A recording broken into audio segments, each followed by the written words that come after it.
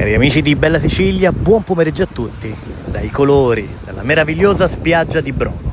E siamo qui oggi per approfondire i dettagli di un evento che vi sarà sabato 19 e domenica 20 luglio,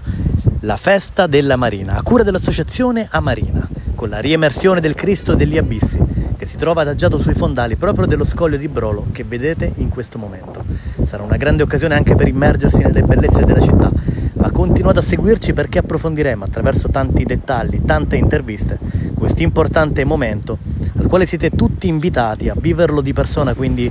segnate in calendario sabato 19 e domenica 20 luglio,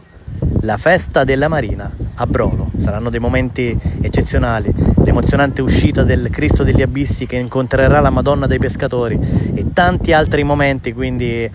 vi sveleremo tutto nei dettagli tra poco sulla pagina di Bella Sicilia, quindi continuate a seguirci.